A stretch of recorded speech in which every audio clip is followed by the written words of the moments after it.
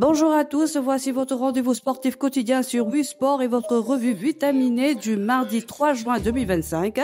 On démarre tout de suite avec un tour d'horizon complet de l'actu du jour. L'équipe nationale du Sénégal a posé ses valises hier à Dublin pour démarrer sa préparation avant le match amical contre l'Irlande le 6 juin 18h45. Les joueurs sont arrivés par vagues à l'hôtel, comme l'a montré la Fédération sénégalaise de football sur ses réseaux. Parmi les 26 convoqués, on retrouve deux nouveaux visages, Mamadou Lamine Camara et Idrissa Gueye. Cette préparation sera cruciale avant d'affronter l'Angleterre le 10 juin à Nottingham, un test grandeur nature pour le sélectionneur Pape Thiaw qui devra trouver la meilleure formule en l'absence de Sadio Mané, forfait pour des raisons personnelles.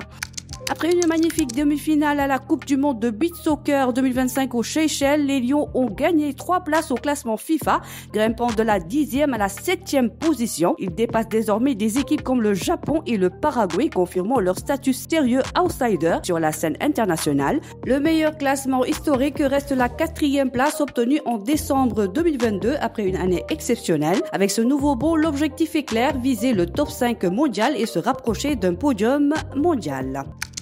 Le tirage au sort de la Coupe du Monde des clubs du 14 juin au 13 juillet aux États-Unis a livré son verdict. Kalidou Koulibaly de Al Hilal hérite d'un groupe costaud avec le Real Madrid, Pachuca de Mexique et RB Salzbourg de Autriche. Son club, champion d'Arabie Saoudite, espère franchir les poules pour viser le dernier carré. Nicolas Jackson sera scruté après son but décisif en finale de la Ligue Europa et Conférence. Il devra confirmer dans un groupe qui pourrait inclure des poids lourds européens et sud-américains. Ces deux joueurs rejoindront d'abord la sélection sénégalaise avant de rallier leur club pour le mondial. Le mercato ouvert le 1er juin pourrait aussi permettre à d'autres Sénégalais de rejoindre des clubs qualifiés.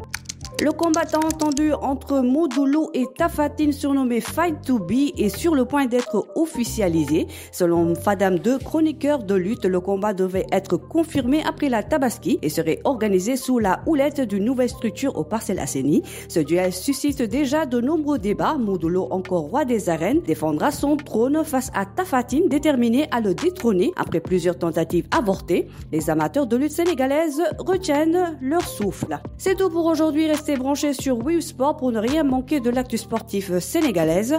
On se retrouve demain pour une nouvelle dose d'infos croustillantes.